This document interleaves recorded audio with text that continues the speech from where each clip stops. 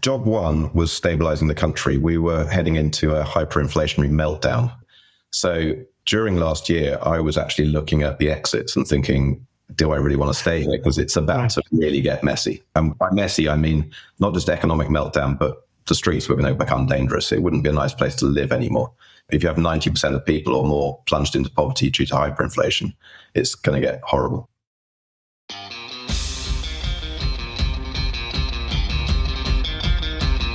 Famously one of the wealthiest countries at the turn of the 20th century, Argentina boomed as its fertile land, temperate climate and abundant natural resources drew waves of European migration that brought skills and capital to a settler economy with a large landmass that compared favourably to Australia and Canada. But the saying goes that Argentina never misses an opportunity to miss an opportunity. Today, according to the World Bank, Australia and Canada are 4 times wealthier per capita than Argentina, whose history over the last century is littered with episodic financial and economic crises, often culminating in political unrest. As a result, Argentinians have learned to save in dollars. The peso is purely transactional. Indeed, it is estimated that 20% of all $100 bills are in Argentinian safety deposit boxes or under mattresses. The equivalent of Argentina's annual GDP sits idly in cash. Argentina is the most European country in South America. Writer Ernesto Sabato said that Argentinians are Italians who speak Spanish, live in French houses, but believe they are British.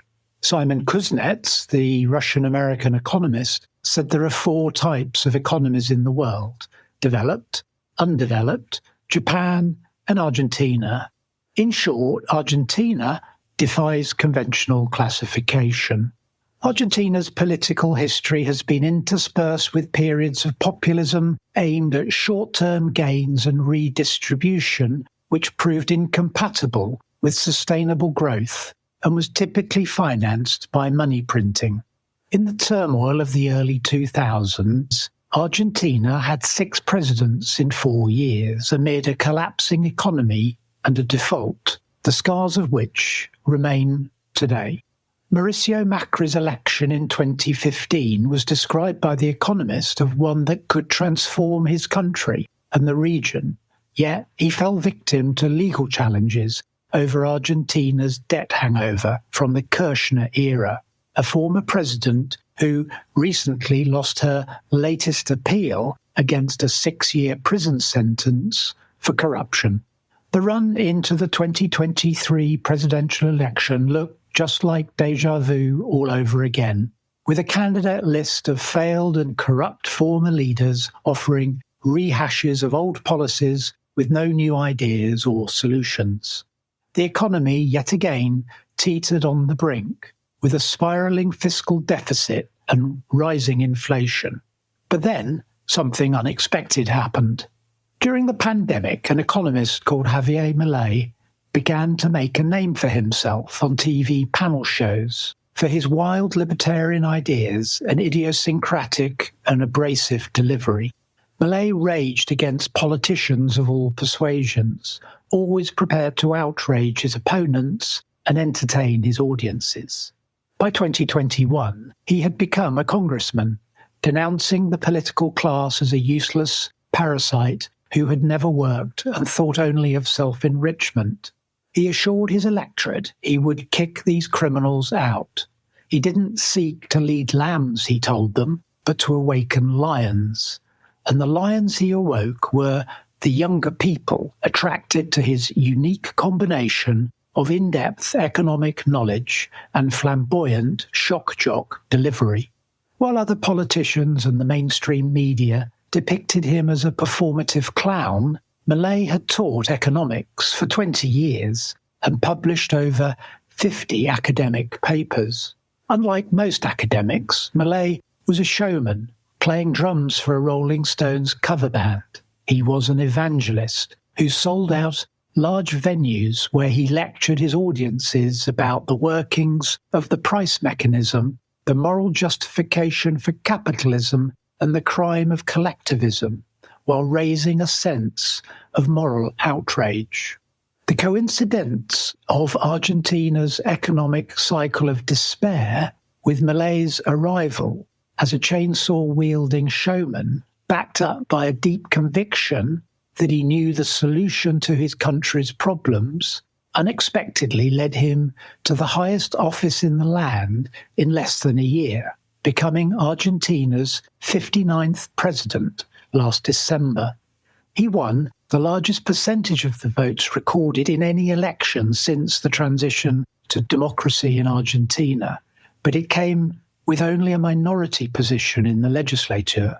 This left him with an enormous challenge in executing his reforms. But despite this, his first year in office has been largely successful. Unanswered are the questions as to whether Milei's remedies will prove sustainable, whether this time it will differ from all the other times, and whether he can end Argentina's era of missed opportunities. Can he continue painful reforms while remaining sufficiently popular to complete the project? In early November, I went to Buenos Aires for a few days to find out more about this man and the libertarian experiment he is implementing. I met a number of people there. Among them was Robert Marstrand, an author, investor, who writes an investment substack called OfWealth. Robert has a background in investment banking and has lived in Argentina for 15 years and was very generous with his time and explained the opportunity for Argentina and how investors might like to think about this maverick nation with its maverick president. Javier Milei is convinced that he offers the only means to rescue Argentina from its century of misery. As he told the Wall Street Journal, there is no plan B. He's an economist. He's not a politician who might change plans to remain in power. He is all in. And the market senses that he might be winning. Argentina used to have many different exchange rates. The unofficial rate against the dollar was less than a third of the official one. Today, these two exchange rates are normalizing, signaling that full dollar convertibility is nearby. This would be the precursor for Argentinians to think and save in pesos again, for the emergence of a durable domestic capital market, and for the reacceptance of Argentina by global investors. I must remind you that none of this is investment advice, and all opinions expressed here are of the contributors and not the opinion of Progressive Equity. Please enjoy our conversation about Argentina and its maverick president. Brought to you by Progressive Equity. Rob, thanks for joining us. Can we just start with you telling us a bit about how you came to be based in Buenos Aires and writing about investing? Well, I got to know Argentina originally in August 2002 was my first trip here. I'd met an Argentine woman who I later married in London. And of course, August 2002 was very shortly after a very major financial crisis here in Argentina, a big debt default and currency devaluation. But I liked what I saw. It was a lot cheaper then, I have to say, but I liked what I saw and kept coming back over the years. Eventually, in 2008, I gave up my career in investment banking. I was at UBS for 15 years, what became UBS. It was SG Warburg originally. And decided I'd come down to Argentina. I thought Argentina had probably hit its bottom. I was wrong. I was early by about 15 years. And I thought the trajectory of Europe was pretty poor, likely to head down, which I think I've probably been mainly right about, although it's a slow process. So I've been living here 16 years, seen many ups and downs. And my financial background sort of lends itself to writing about the state of the country. I don't just write about Argentina. I write about all sorts of different stocks and markets and so forth. Bit of macro, bit of micro stock picking. I'm also writing an investment book, which I think is a little different to what's usually out there. There's plenty of them, obviously, but I'm trying to make it a sort of evergreen guide for the private investor rather than an academic tome or some marketing piece that you often see sent out there. Something that's a bit more balanced, let's say. So I was going to ask you about your book, an exciting project, and You sort of answered the question already, but why do we need another book about investing? Sounded from reading some of the earlier chapters that you've got in your Substack that you're writing this for your children. Are they inclined towards investment, or is it too early to know? It's a little too early to know. That generation, unfortunately, doesn't seem particularly inclined to reading books, but you never know in the future. But I do want to leave something which lays out what I think are the main issues that private investors, particularly non-financial professionals, but who have pension funds and have money to invest, need to think about. And also hopefully slaying a few of the market gods or the theoretical gods regarding risk and the way to think about that and so forth, which I just think are flat wrong in many cases. And the financial industry, unfortunately, has a habit of overcomplicating things, in my opinion, wrapping things up in jargon in order to sell people rather complicated packages at high fees. And I think there are easier ways to do things, frankly. I'd say the main theme throughout the whole piece is that people need to learn to be patient. We're in auction-driven markets with high price volatility. And basically, to do well, you need to buy good things at good prices and be patient would be the main message I'm trying to get through, but attacking that from lots of different angles. Most investment books look at what you should buy, and there will be chapters in there which will go through things that I think you absolutely shouldn't ever invest in. And those could include things like the hotbed of cons and scams, such as unlisted, off-market, unregulated real estate funds, which are a big problem for a lot of people. I think that having conviction is probably more valuable than the type of conviction you have. I.e., if you're a growth investor and you still believe it's a growth company, and I don't want to get hung up on the idea of the difference between value investing and growth investing, because ultimately I think they all circle back to the same thing. But as long as you've got your own framework and you have conviction in it, that gives you the ability to ride through those volatile times and have the often very difficult psychological task of doubling down, because it's not easy, is it? No, absolutely. And look, yes, I do apply a sort of value overlay to everything, but that doesn't mean I don't get excited about high growth companies. One of the stocks I wrote about is a Latin American stock. It's $100 billion and it's still growing its top line at 35% a year. But I happen to think it's also a value stock. I think it's underpriced compared to where it should be, given that speed of growth. So high growth, but also, in my opinion, value. Whereas a lot of people, when they talk about value, they say, oh, it just has a low PE or a low price to book ratio. And that can be low for a good reason. It could be a rubbish company. It could be a dying industry. Good way of buying cheap typewriter companies. Yeah, quite. So yes, absolutely. I'm very much speaking also from personal experience of what works for me and what has worked, and also informed by the mistakes I've made in the past, which everyone makes mistakes, but if you don't learn from them, then they're no use. So I very much advocate, if you identify a very, very good company that has very strong prospects of consistent growth, I mean, that doesn't have to be high growth. It could be low growth, just very cheap, or it could be GARP, growth at a reasonable price, or it could be very high growth. But if you identify that, and I also very much emphasize things like low or no debt, or very, very stable cash flows that can cover a level of debt safely. And among the market leaders in its sector, hopefully, preferably. So if there's a downturn, it probably comes out stronger the other side while others lose market share, et cetera, decent management and all the rest of it. If you identify those sorts of companies, if the price goes down because there's some short-term issue, then I would definitely advocate buying more. And I do it frequently, and it almost always works out. So I'll give you one example. This isn't something I've written about, but it's something I've done personally in past years, is when Meta Platforms had a massive dip a few years ago because they suddenly ramped up their CapEx, their capital expenditure, and their free cash flows fell through the floor. I just thought, well, it's overdone. And I actually piled in quite heavily personally, and it worked out extremely well. Not that I think it's cheap anymore, but at the time, it's had a fabulous run. You've been living in Argentina for 15, 16 years. I think you said to me that you weren't really aware of Javier Milei until March 2023, about 6 months before he became president of the country, which sounds remarkable. And it's a story I heard from other people I spoke to while I was over there. How did it happen?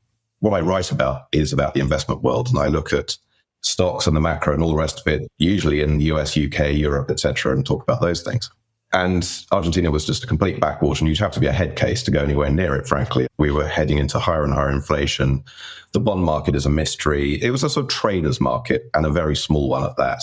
So it wouldn't be something appropriate to write about in an investment newsletter, particularly for private investors based in other parts of the world. And I wouldn't have touched it with a barge pole myself until very recently. Now, going back to Milei, Argentina has had a long history where politics has been dominated by the Peronists.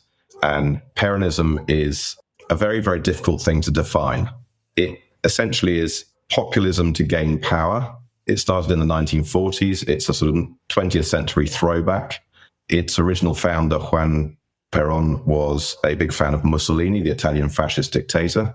So you could argue that it had its roots in fascism and communism at various points. More recently, it's been populist socialism under the Kirchneristas, for example, Cristina Fernández de Kirchner, who was the president for a while. So it's dominated, and then interspersed with that, you have the odd moment where somebody else gets a chance, or military dictatorships back in the 70s and 80s, and actually in prior decades as well at various points. In recent years, we had Mauricio Macri was president. I forget the exact dates, but it was sort of either side of 2017, 2018, who is a more moderate guy. But when he came to power, he didn't tackle the problems aggressively enough, or he didn't have the ability to, because he had a minority in Congress. And so we went back to Peronism. But it looked like it was a battle between his party, Pro, and the Peronists for this time around, the elections in 2023. And then suddenly out of nowhere, this guy, Javier Milei, appeared. He'd only ever really, from what I can gather, been known as a sort of hot-headed debater on TV shows. He's an Austrian economist, a liberal libertarian, as he calls himself, an anarcho-capitalist is another phrase he uses. So he believes philosophically in zero government and full-blown capitalism and virtually no regulation. And essentially it's freedom for everyone, both in personal and business life, provided they're not harming anyone else. That would be sort of how to summarize the core of it. And therefore he's anti what he calls collectivist government, which is socialism, fascism, globalism, anything that's big and gets involved in everyone's life. And yes, a friend of mine just mentioned him to me back in March, April last year, and I'd never heard of him, looked into him a bit. And then absolutely amazingly, he got through the first round of the elections in second place and then went on to win in the runoff, which is a huge change of direction for Argentina from sort of big state Peronism to this sort of what I would describe as the most pro-capitalist government in the world, albeit the country hasn't got there yet, but that's what they're working towards. And essentially, that's what I really want to investigate. How far along this road of making it the most capitalist country in the world we've got, and what are the obstacles to him actually achieving that? I mean, job one was stabilizing the country. We were heading into a hyperinflationary meltdown. So during last year, I was actually looking at the exits and thinking, do I really want to stay here? Because it's about to really get messy. And by messy, I mean not just economic meltdown, but the streets were going to become dangerous. It wouldn't be a nice place to live anymore. If you have 90% of people or more plunged into poverty due to hyperinflation, it's going to get horrible. So he said during his campaigning, there's no money. I'm going to slash government spending. I'm going against the corrupt caste, as he calls it, La Casta, at all levels, the state, the unions, the corrupt business people, whatever. And it's going to be hard. To correct things is going to be hard, and there will be economic pain for a short time before we come out the other side. And people said, okay, well, let's give something else a try because everything else has failed. And he stuck to his word. We had 25% inflation just in the month of December last year, just in 1 month, which compounded it to about 1,400% a year. So we were right on the cusp of hyperinflation. Yet month one, they eliminated the fiscal deficit, which is about 5 or 6% of GDP. And they've stayed in surplus all the way through the year. And they did that initially by slashing all government infrastructure spending. They just cut it dead while they get things in order. They've been winding down money printing. They've been cutting headcount in the public sector, rooting out waste and corruption, closing down all sorts of funny agencies and things. So he's done exactly what he said. And people have been suffering economically. It was very, very tough. What, of course, everyone has to remember is it would have been a lot tougher if he hadn't won, because it would have been hyperinflationary meltdown. But now there are signs that things are starting to turn in some sectors. The economy is starting to grow. So he's done exactly what he said. Round one was averting complete disaster, complete economic disaster. And now we're entering the phase where I think the cuts in regulation, for example, get deeper. It can really free up the economy to grow in the coming years. And I suspect, this is just a gut feeling. I think Argentina is going to surprise people on the growth upside. So people are penciling in, say, 5% growth for next year, which I think might be about right. But beyond that, I think we could be looking at a country that grows at 7, 8, 9% a year for a while, in the same way that other places like China or Poland or whatever, once they discovered capitalism and got out from the yoke of government interference, grew very, very quickly. So it'll be interesting to see, but there are still lots and lots of challenges to work through. Huge amount. What's the evidence on the ground of the supply side response to what's happened? Is there anything you can point to that, that's different? I hadn't noticed that before. Is there anything about daily life in Buenos Aires or in Argentina more widely that you can point to and say, actually, people are getting more optimistic? There's evidence of a supply side response. I mean, it's still a little bit early to see a lot of that, because this year has been just everyone hunkering down and surviving in the business world. There are a few signs. I'm starting to see deflation in things like food prices, which got out of control. So there's a bit of competition kicking into the market there. Car prices have suddenly come down as they wind away some of the import taxes and things like that. But it's still rather early for that side of things. One area I would say is that house prices, for example, houses and apartments in the capital were very depressed before. By the way, everything here is pretty much priced in dollars when it comes to property. Prices were very, very depressed. And I did read something that said in the year to September, residential property prices were up 12 or 13% over the prior year. So that's a sign of things starting to turn around. I personally think property prices could take off like a rocket, because this is a virtually zero mortgage country. There's a tiny bit of mortgages, but basically people don't have mortgage finance. Now, if inflation keeps coming down and interest rates keep coming down and banks start lending properly again, if you throw all that credit money at a depressed market, I think we could see a monumental boom over the coming years. So that's maybe one thing I'd point to. How's the political landscape now? I know we've got some midterm elections coming up next year. What should we look for? What are the obstacles and the opportunities for him for next year? The first thing to note is that it's amazing he survived this long in the first place. So yes. Yeah. Back in December, January, February, there were memes going around from all the Peronists, the Kirchnerista Peronists, saying he'll be thrown out, he'll be on his helicopter off the top of the Casa Rosada, the presidential palace, etc., within a few months. But he didn't, which, by the way, was why I thought it was way too early to invest in Argentina at that point, because it could have fallen apart very quickly. And I only wrote about the stock market in May when I thought things had stabilized enough, but the opportunity was still there. So he's achieved an awful lot because, yes, he does have a small minority in both the lower house and the Senate in the Congress. And he's managed to get through quite big reforms and quite big special powers to the president. And you have to go through this route because a lot of stuff is constrained by the constitution of the country. You can't just do everything by executive order, although he's done a lot of that too, where he can. It was a combination of, there's a little bit of a tradition here that opposition parties, or at least moderate opposition, support a new president because he's seen as having a mandate from the people, and therefore they support him in the first months or year in his initial reforms, or her. I think an element also of obviously hard negotiation, but also an element of shaming other groups into going along with his policies, sort of saying, look at them, they're all corrupt, they want the status quo because they're lining their pockets, they're going against all the people, and kind of almost shaming them into supporting a lot of his reforms, albeit he couldn't get everything done that he wanted. In terms of where we are now, according to the polls, his public support remains extremely high and had never really dipped significantly. It had a little dip a couple of months ago, but it's come back. I think essentially his support level is probably similar to what got him elected in the first place. So well over 50% of the votes. And we do have these midterm elections coming up towards the end of next year.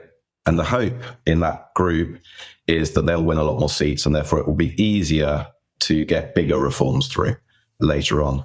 But it's politics, it's Argentina, a lot can change. I suppose if there's one thing that stands out for me as a risk is Argentina has very, very complicated foreign exchange currency market where there are sort of 7 or 8 different exchange rates. But simplifying it down, you have an official exchange rate, which used to be fixed, but they devalued that fake rate when he came to power, and they've had it on a crawling peg where it devalues by 2% a month against the US dollar. So it's very managed, straight line devaluation over time. Meanwhile, you have a market rate, which is principally defined through the bond market. So there are big flows through the bond market between things that trade in New York in dollars and things that trade in Buenos Aires in pesos. And there's a big interchange through that. And that's one way to bring money into the country at the parallel rate legally. Before Milei came to power, the market rate was sort of more than 3 times the official rate. So when you sold a dollar at the market rate, you got more than 3 times as many pesos as you did if you had to go through the official rate, which a lot of sectors are forced to do, such as exporters. So they were getting rubbish money for their exports. I don't know where we are today, but when I looked at it last week, the gap between that official rate and the market rate is now less than 5%. So they're very close together. That's narrowed in the last month then, because it was more than that when I was there, yeah. Hugely. And, you know, country risk figures have come down from over 3,000 basis points to less than 750 or something. It's a huge difference. We can talk about the bond market if you like. But my fear is that actually the peso, effectively those rates are the same now. The peso is now incredibly overvalued, in my opinion. So inflation has continued, but the peso hasn't devalued against the dollar over the year. So to give you a simple example, let's put aside all the highfalutin economic theories. My cost of living in dollars has roughly doubled over the last year, which if you think about it, and if your listeners think about it, is a huge change. So 100% inflation, roughly. Cost of living in dollar terms, I think, is similar now to 2017, which was a peak under the Macri government when the peso was also overvalued, followed by a huge devaluation in 2018. At that point, we had a free float, I think. So I can see that one of Milei's stated aims is to get rid of capital controls, get rid of these currency controls, let everything float. I mean, he's a market guy. He always talks about how, you know, there's no such thing as a market failure. It's a failure of regulation. So if they float everything, if they get rid of all the capital controls on exporters and importers and bank transfers and this and that, the other, will that peso devalue sharply next year? Will that give another little spike to inflation? Will Argentines say, oh, it's just same old, another financial crisis? And therefore, will he lose enough political support to not do so well in those midterm elections? So I would say that, to me, is primary risk at the moment. And by the way, Milei is vociferously of the view that the peso is not overvalued, but most other people disagree. It's a classic dilemma of a country leader who can't really be seen to undermine his own currency. I think Trump's got the same issue. The expectation seems to be, and I think has been encouraged by Milei himself, to expect sort of full dollar convertibility sometime in the first quarter of next year, i.e. ahead of the midterms. When he was campaigning, he talked about getting rid of the central bank and dollarizing the whole economy. But that softened somewhat because the practicality is you can't do that on day one. I mean, it would have been an absolute disaster. That's one of the reasons people thought he wouldn't last long, because he'd do that too far. But what he's talking about increasingly, or has been, is a bi-monetary economy. So you just allow everyone to pay for anything in pesos or dollars, and then over time you see which one dominates. Another big unknown for me is, and it may be a blind spot of Milei's actually, possibly, judging by what he says, is they've got rid of the peso money printing, which was enormous and causing big devaluation and hyperinflation, etc. And so the assumption is that that controls inflation. But if the banks go back to lending, and there are early signs of that, and we have a big credit boom, ordinarily that would be very inflationary. So I don't know how they're going to balance that off, and whether that lending is going to be in dollars in the future or whether it's going to be in pesos and so forth. So there are some unknowns on that front. In terms of prices, yeah, it might seem cheap compared to New York or London, but I think I read the other day that the average salary for a declared worker, and bear in mind, know about how broken this place is, but I think the average salary for a sort of declared worker is something like $1,000 a month. So 12 a year. In that context, the prices are very high. Expensive. One topical subject is tariffs. He inherited a string of tariffs to protect various Argentinian domestic industries, as far as I can tell. And to protect non-existent Argentinian industries as well. Yes. Again, it's an area that he's changed, but he hasn't eliminated tariffs. So the man who believes in markets hasn't gone full bore on normalizing tariffs. I think he's barely started on tariffs. And by the way, we should point out there are both very big import tariffs, so on things like electronic goods, computers, phones, all that kind of stuff, and on cars and so forth. But there are also very, very big export tariffs, effectively, or export taxes on things like agricultural production and so forth. So the first thing is, he said the fiscal surplus is non-negotiable. So he won't allow the country to go into fiscal deficit again. And he's repeated that, non-negotiable. And when people have come up with plans to spend more money on state pensions or whatever. He's vetoed stuff to achieve that. So he can only cut taxes to the extent that either the economy grows or he can cut spending further. And they're working on both, but it takes time. It's a multi-year process. It's not something that happens overnight. There is a tax called the Impuesto País, which was brought in, I forget how many years ago. It was like all taxes in Argentina. It was meant to be temporary and stuck around a lot longer. And this is on things like imports. I think it was at 30%. So if you imported something from overseas, this was an additional tax paid on top of other taxes that you had to pay, adding 30% to the price to sort of disincentivize imports. It's very damaging, by the way, because most imports are inputs into business, things like machinery and so forth, not actually consumer goods. And also, if you were an Argentine who went on holiday overseas and paid for something with your local Argentine credit card, this 30% tax was added on top of when you paid for a hotel or a meal or something. And by the way, that was on top of 2 other taxes that they were putting in there. So I think at one point you were paying something like 80% on top of what you would normally pay at the official exchange rate if you paid by credit card overseas. Crazy. So that Impuesto País, I think a couple of months ago, was sort of halved to 15. And at the end of this month, they're hoping it goes away completely. So that's one important tax that's going away very soon. The export taxes, they apply these huge, say 30% export taxes on things like soybeans, for example. And I'm not sure exactly where the rates are, but I don't think they've really changed. And this was short-termism to fund government under the Peronists. Obviously, disincentivizes investment in the huge agricultural sector, so very damaging long-term. And also designed to suppress prices in the shops. So it also applied to things like beef. So incentivizing more supply in the domestic market, which is a big beef eater, obviously, and so forth. Now, until they get rid of that stuff, obviously there won't be big investment in agricultural sector. It applies also to, I think, to a lot of mining exports and that type of thing. But they're taking steps. Actually, they put through a big package as part of their reforms to incentivize foreign direct investment. And we're seeing a boom now starting in oil and gas and mining. Argentina has huge shale gas and shale oil reserves down in the south. And it has copper, which is pretty much unexploited. It's got gold, it's got lithium, and all of this stuff. There's now great potential to see major growth. And the good news on the oil and gas is the country basically no longer has a energy deficit, which it had for years, which meant it was draining hard currency reserves, dollars, out of the country every year. So sitting on huge reserves, but having to pay for liquid natural gas. That's now turned around as far as I understand. Part of the reforms that came through this summer, I think, included packages to encourage foreign direct investment into things like oil exploration activity, oil field development, shale gas. Absolutely. And this is a huge change. I mean, I'll give you an example of how stupid this country's been in the past. A few years ago, I remember a tax came in on sort of knowledge businesses. So if you were exporting knowledge services, they'd stick a 5% tax on your top line revenue, top line sales. You know, crazy. It just means everyone goes elsewhere. You know, a country like Argentina, which is a good time zone, plenty of well-educated middle class, it's a great place, you'd think, to grow those sorts of businesses. And the government just had to go for that short-term grab, and it just puts people off, sends them overseas. So what I'm hearing is that there's a balance. The fiscal consolidation he had to do quickly, which he's done, and he's managed to do it without completely cratering the economy and maintaining his political popularity. But the second and third degree reforms are going to take another several years, and he's only going to be able to introduce these reforms quite gradually so he doesn't unsettle the horses.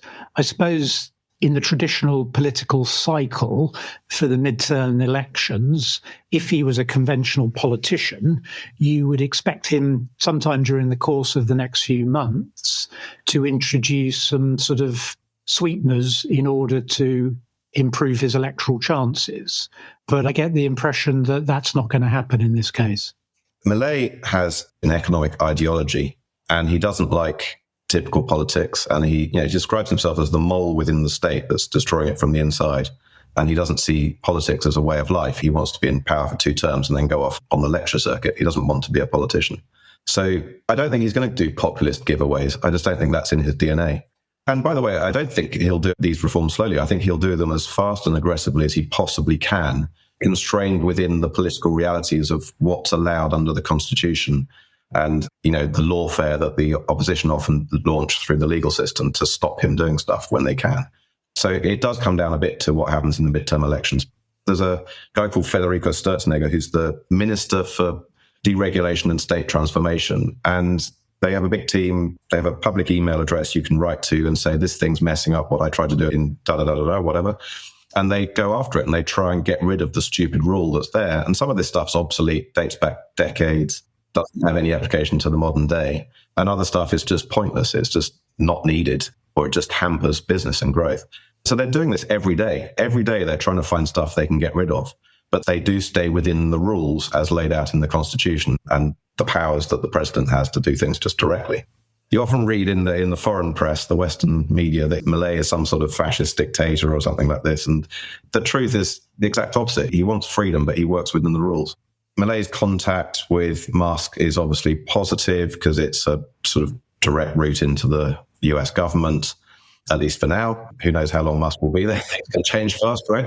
Milei was, as far as I know, was the first foreign leader to visit Trump in Mar-a-Lago in Florida after Trump was re-elected. So he went to see the president re-elect and they had an event together and broke bread and all the rest of it. Trump said that Milei was his favourite president as well. That's what I heard. Yeah, so I don't think people should get overexcited about or over-obsessed with similarities between Trump and Milei. I think there are vast differences. Yeah, I agree. Obviously, tariff policy being the most glaringly obvious one. But, I suspect the USA would be keen to have a strong ally in its hemisphere, in the region, in South America. And most of South America or Latin America is pretty left-wing these days. So it would be natural for a Trump presidency to extend some sort of helping hand to the Argentine project. So I think that's positive. But in practical terms, who knows? Will Argentina get a carve out from all these tariffs that are going to be imposed on everyone around the world? I don't know. I'd be surprised if that happens, but it could. I don't think we should over-stress similarities between Trump and Milei. I mean, they both have slightly wild hairdos, but that's about it. I think they're both probably pretty anti-globalist, anti-global government, and they're probably anti the sort of social justice warrior types and that type of thing. I don't know exactly where Trump is on climate change, but Milei is definitely very skeptical about the global climate change agenda, net zero, etc. Sees it as a globalist socialist project, really.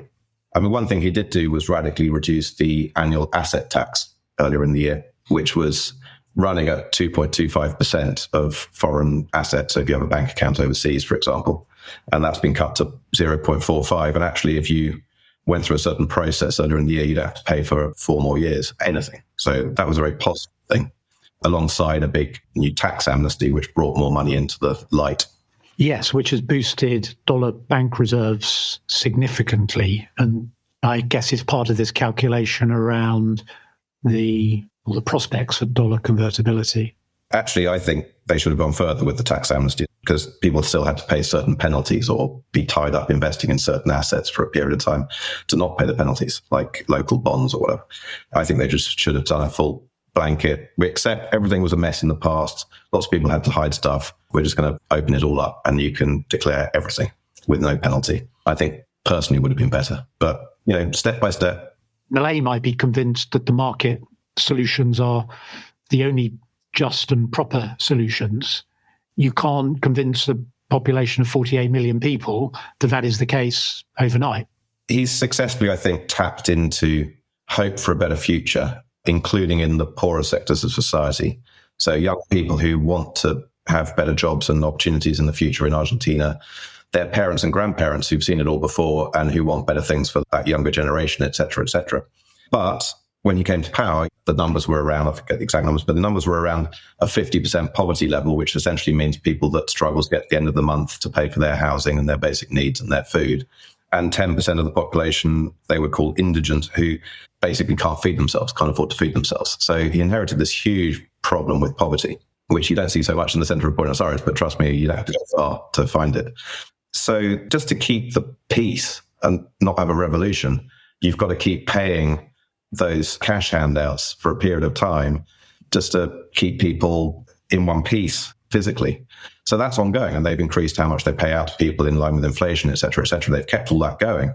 Now, the long-term hope would be that you start to foment more jobs and better salary levels, and over time you can start phasing out some of those handouts. But you definitely can't do it day one, or you wouldn't be in power for more than a month or two. I've seen forecasts to suggest that the economy is going to start growing at a handsome clip from next year. somewhere between 5 and 10%. If he can keep that level of growth going through this term and a following term, then you've got a serious economy on your hands. Absolutely. I mean, this is not a prediction, but as you know, if the thing could grow at 7% a year in real terms for 10 years, then it doubles in size, but the population wouldn't. So you'd be having a sort of phenomenon along the lines of China in terms of GDP per capita. I can definitely see things improving radically. I suppose one other thing is that Milei has a high profile internationally, and Argentina under the Peronists was rather nationalistic and anti-America, anti-Britain, anti-Europe. The Americans were called the imperialists and the British were called the pirates and all the rest of it, slightly tongue-in-cheek. Whereas Milei now is out there doing all these speeches and for many people seen as a beacon of a new way to do things when it comes to how to run a country and foment growth. And I think a lot of people in Argentina take a lot of pride in the fact that he's getting all this international attention. The country's been ignored for so long. So that's another element. My straw poll of Uber drivers who I managed to communicate with while I was there, all of them except one, say there's 8 of them altogether, all of them except one said they ended up voting for Milei and said, he's just crazy, but what else could we do? Seemed to be the justification for voting for him. The one who didn't said that he didn't vote for him, but both his children did.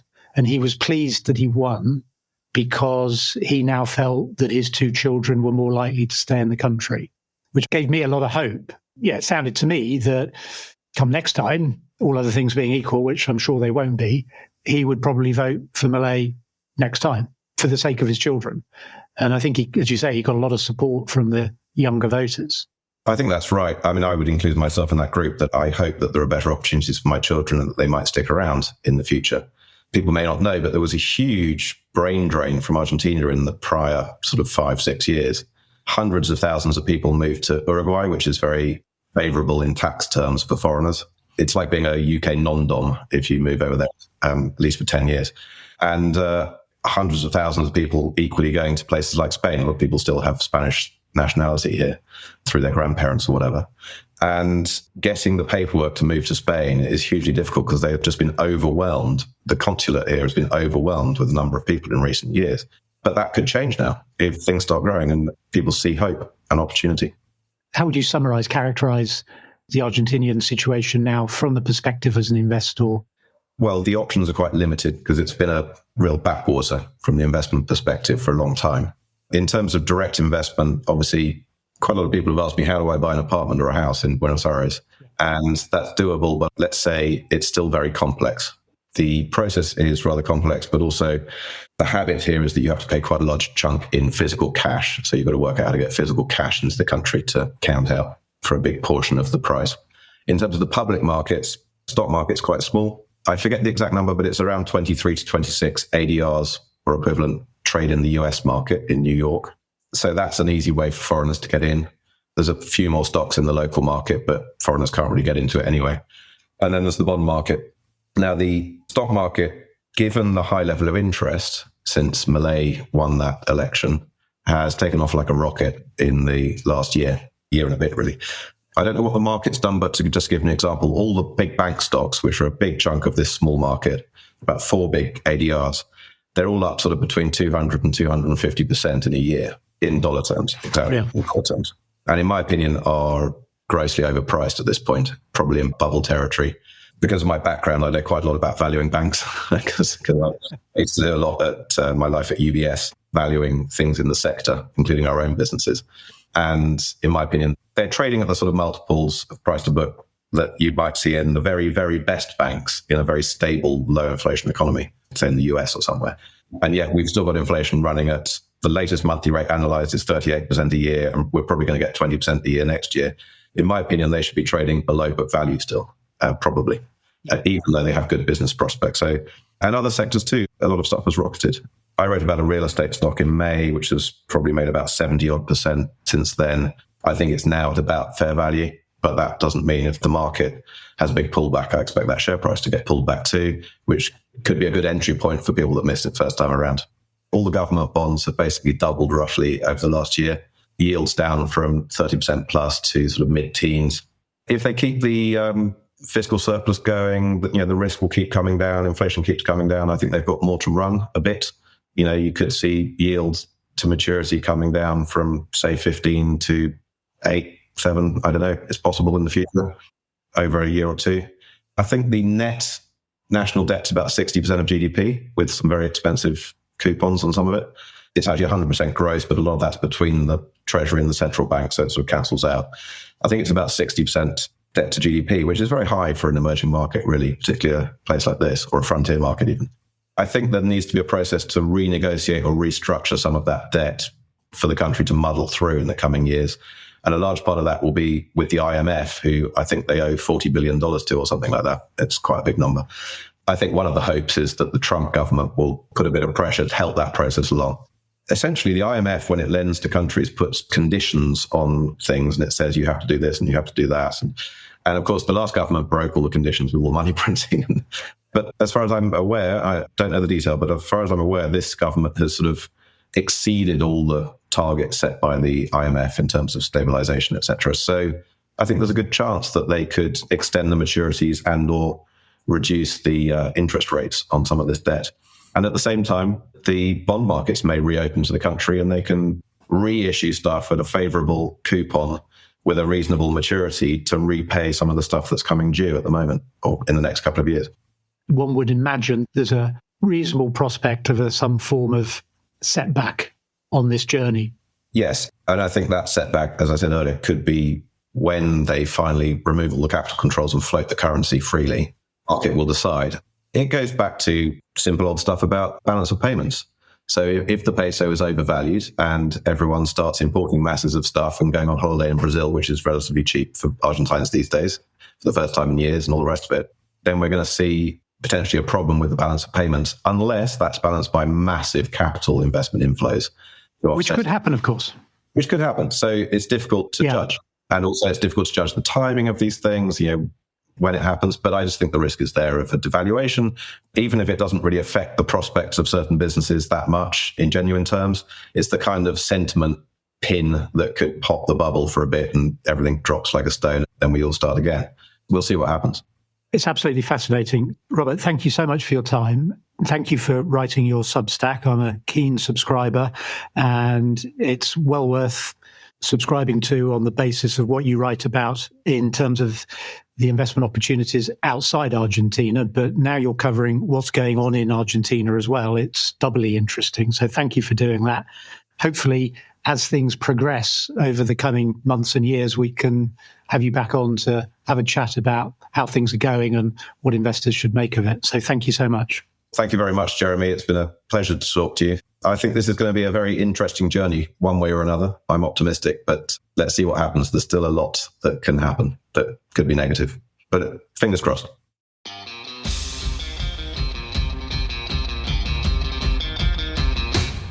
Brought to you by Progressive Equity.